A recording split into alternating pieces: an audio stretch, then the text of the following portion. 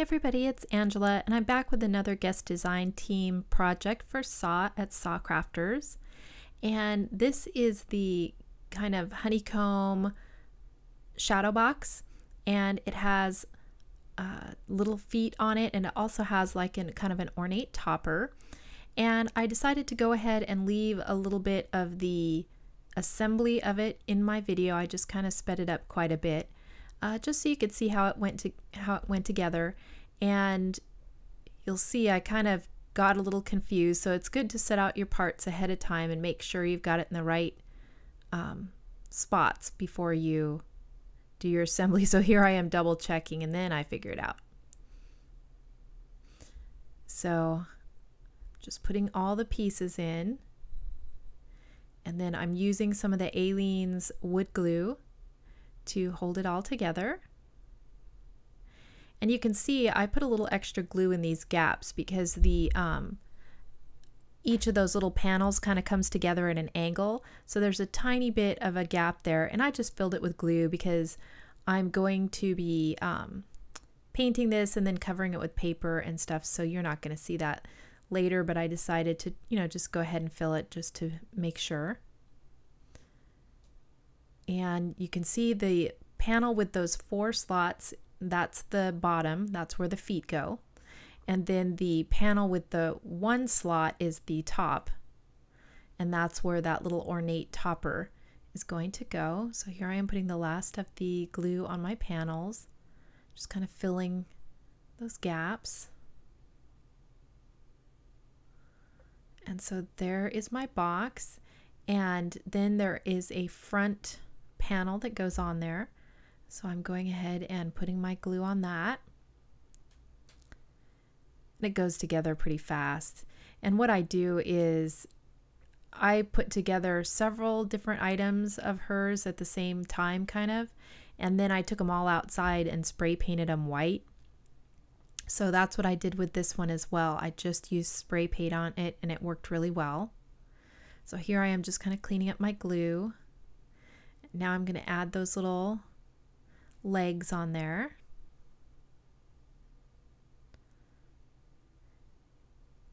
And then I kind of stick them all in there, and then I kind of get them squared up and true.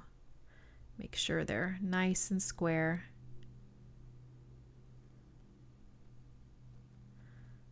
And so that's it for the feet.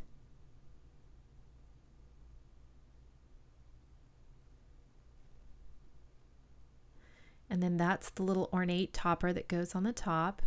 Just put a little bit of glue on that. Oh, there was a little bit of rough edges on it, so I decided to take an emery board and just kind of clean up the edges a little bit before I put my glue on there. And then to keep that one nice and straight as it dried, I went ahead and I put these 2 distress stain bottles on there, and that held it in place.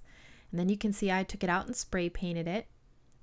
And now I've got this Prima paper that I'm going to use. I think it's Prima Lyric, and I have the 6x6 pad of it. And how I cover this is I just lay it down and draw around it, and then cut to the inside of the line, because I don't mind if there's a little bit of white showing along the edge. I just make sure it fits. Need to trim it a little bit more. So I'm liking that. And then to do the interior of the box, I know it's going to be the same shape but a little bit smaller. So I go ahead and trim it almost 1/8 of an inch inside those lines just to get it small enough. Then I double check if it'll fit. And I love these little dental pick things that I got at Harbor Freight, because I can just pull that back out real easy, no problem. So I did that one. And now for the side panels, again, I just lay it down on there and trace it. Then I'm tracing the second panel, and I'm just going to cut those out and get them all fit on the sides. And you can see that it pretty much covers up all the joinery that's on there. Then I figured before I go any further and get confused as to which piece goes where, I'd go ahead and get my Mod Podge out. And I put it on there, and then I remembered I do want to distress this one. So I stop and I use some tea-dye distress ink. And then I also get out my distresser tool and just rough the edges up just a little bit, not a huge amount, but it does add some texture on there. So now I'm going to go ahead and put that on. And I use my bone folder just to make sure it's, you know, all the way down and there's no air bubbles or anything in there. And so this is pretty much what I am going to do for all my panels. Go ahead and put the glue down. And then I also seal mine. I put Mod Podge over the top like I'm doing right here. And I just like that. It makes it easy to dust it, and it gives it a little bit of protection from getting soiled with fingerprints or something like that. So that's why I do that, but that's totally personal preference. So here I am just putting some ink around the edges of my back panel and taking the distress tool along the edges. Just kind of roughing those up just a little bit. And then going ahead and adhering this one. And I try to get the Mod Podge on there pretty even. I don't leave any big lumps of it. You can see I kind of spread it out. That does help it a little bit to not make any bubbles. But what I do is if I see a bubble or something later when it's dry enough to touch, I'll just kind of hold the bubble down with my finger and it will adhere it and everything. So I don't have too much problems with it. When it dries, it seems to kind of go back to the right shape. So don't get panicked if you see a little bubble forming. You can usually just press those out with your finger later. So there, I'm going to just show you the inside, I think, and then I will cut so you don't have to watch the rest of the panels. But I wanted you to see how I get it on the inside, because I just felt it was easier to assemble it in one sitting, paint it in another sitting, and adhere my paper at this time. So I just go ahead and put this, and I do cover all the inside panels and everything, top, inside, and it goes really easily. I have no problems at all. Just, you know, get it measured out. And so there I am, just kind of pressing it into the Mod Podge I put in there, and then I put another coat. So now I'm cutting over so you don't have to sit and watch me Mod Podge everything, to this chandelier of SaCrafters. And I just love these chandeliers. I use them a lot. And I have these little tiny, I think these are Recollections pearls. And I'm just taking 3 pearls and putting it on each of the candles and on each of the teardrops. And I think that just lends a little more dimension and a little bit of shine, because I'm going to kind of use pearls as my accents on this shadow box. Then I'm looking at these medium-sized pearls to put on these other accents. So I put one on each side there. And then I use the largest size pearl for the top. And I think I put one more medium size there in the middle. Yep. And then the other thing I wanted to put on it was this Martha Stewart glitter paint. It's called Sugar Cube.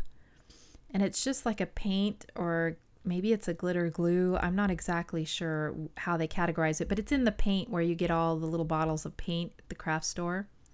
And it just has a little bit of glitter in it. And I think they had some that actually had color in the paint, but this one's kind of, because it's Sugar Cube, it's kind of clearish white color. And so I'm just putting that on, and it just gives it another little shine. And then I've also painted up this ballerina from SaCrafters, and I'm just putting it on her tights and her costume, and it just lends that extra little shimmer. And both of those, I painted one coat of white, and then I painted a really, really light pink on there. So they're not exactly white, they are somewhat baby pink. And so those are going to go inside the box. And then this is a cap from a bottle of lotion that I got, I think at a hotel, just one of those cheap lotion bottles. And you could use any kind of little cap that you could find, or even a wine cork or something. I painted it with a little bit of that baby pink paint. And that's what I'm going to use as a pedestal for my ballerina, because I want it to kind of look like one of those little music boxes you have as a kid with when you open the lid, the ballerina is there and it plays music. So I wanted it to be kind of a ballerina music box. So I'm taking this piece of ribbon from my stash, and I'm just trimming it to go on her tutu, just to give it some extra texture. And it really does. I mean, it fits really well. It does kind of look like a tutu. So I'm just using some hot glue to stick that on. And then I was going to trim up the lace here just a little bit, except those big scissors weren't quite doing it, so I had to get these little guys out. So I just trim that up so it fits over the wood piece. And now this lotion cap, bottle cap, like I said, I painted it with some acrylic paint just to give it the same texture and color as everything else, because it was like bright white, shiny white, and I didn't want it to stand out being too different. So I just painted it with some acrylic paint, and now I'm putting some lace around it. And then I'm going to glue that into the bottom. And then I used a nail and hammer and nail and just made that hole in the top. You could use a screwdriver if you've got a Dremel or whatever, just enough to get her one foot to kind of stick in there by itself. And then I'm going to use hot glue as well to help it adhere. So even without the hot glue, it lodges in there pretty well. So there I go. I put some hot glue there and stick her into that. And then I put a little hot glue in from the other side just to hold it from that side. And then just kind of setting it aside to kind of dry a little bit. So I'm going to go ahead and put the chandelier in. And I just love that little touch that adds to it. And then I had one frame left over from another project from the like $1.50 bin at Michael's that I'm going to use in the back. So I put a picture in it. You could put a quote in there, would be really cute too. And then I'm using Velcro to attach it to the back so that I can peel it out of there and change out the photo or the quote later if I want to. And so I did that on another project of Saw's, and it worked really good. I like the dimension that having that hook and loop tape in the back adds as well. So just going ahead and adhering that. You know, it'll be a little bit fussy to take it in and out because the ballerina's in there, but it does come out. So I'm putting the ballerina kind of over to the side a little bit, just, you know, so that I can reach in and take the photo in and out. So I'm just putting some hot glue around the cap and on those little lace kind of ears that stuck out, and adhering my ballerina in there. And then I went and got a bunch of paper roses, and I'm just putting a couple of my biggest ones in the interior. I think about putting one on the top, but it was just too much. I'm going to put some smaller flowers up on top. And then I think about putting some trim around the front.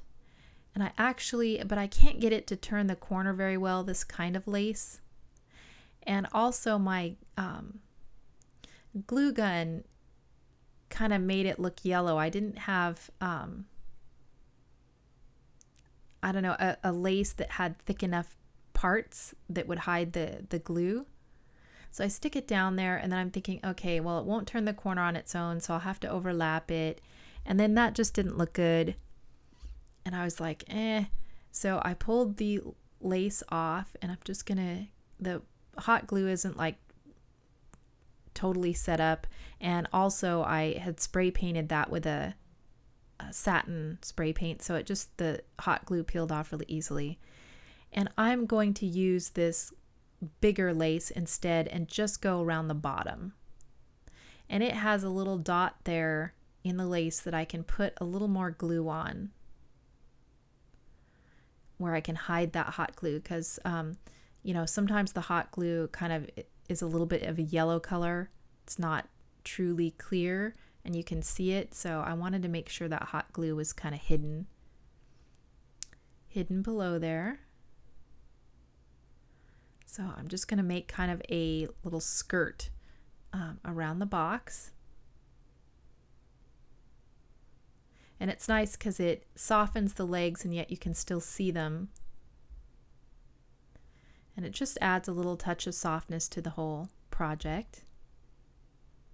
And then where my splice is, I'm going to put some flowers. So that's why I went ahead and put my splice there. So just make sure you put it somewhere where, you know, it'll get covered up or on the back. So I put another of the bigger flowers there. I thought about using some peach because the lyric paper does have kind of a peachy quality to it, but that orange was just a little bit too much. And I didn't have any other softer peach, so I decided to just stay with pink roses of varying sizes. So there I am, just making a little cluster on the front, putting a few more of these smaller size roses on the interior.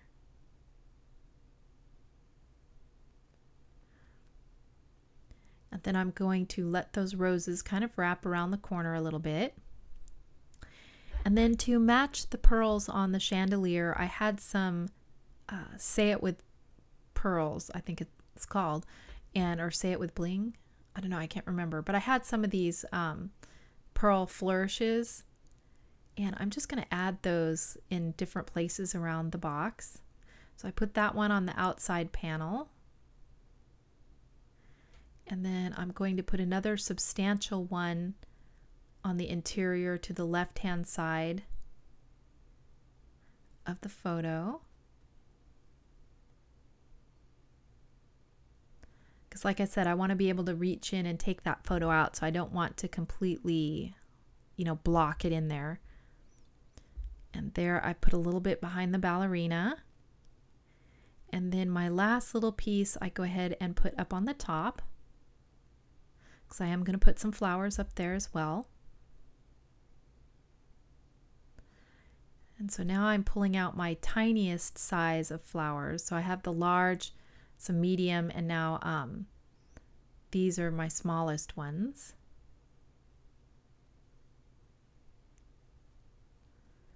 I'm just putting a few in the front and just a couple here in the back, because you can still kind of see them through it. Now I'm putting some of these smallest ones on the inside and here on this outside cluster. And then I also have these little tiny bows that were in my stash. There were just 2 of them. So I thought I'd go ahead and use one on the pedestal of the ballerina and then one up here on that top cluster. And then I also have this clock key that looks like a music box turn key. And because I wanted this ballerina to kind of remind me of a music box, I wanted to put a key on the side. But since that box is at an angle, I needed something to kind of glue it against to hold it in there. So I'm going to put a couple more roses, and then I'm going to glue the key, the music box key, to the flowers, to that flower, and add a little more at the base to kind of hold it in. And then I'll put a few smaller flowers around it as well, just to make sure it stays in there really tight. And again, that was one that I painted with really, really soft baby pink. So now I'm just using a couple flowers just to make sure it stays nice and steady. Hopefully no one will pick up the box and try to turn it. But I just think it looks really cute. Add something to the outside. So there's the cluster at the top with that ornate piece on there and some pearls and roses and that little bow. And then you can see all the papers are just a little bit distressed on the edges with that ink. And I love the lyric paper with that chandelier. There's the flourish pearls, the flowers and the key, the lace trim, and then you can see the chandelier inside.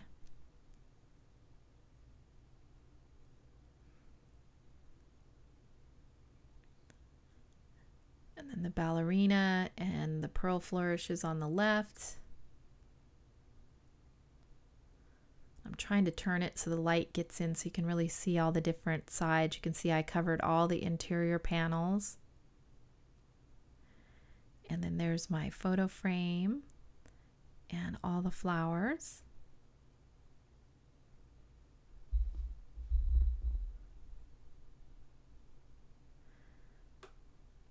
And so that is my finished project, and I really enjoyed doing this one.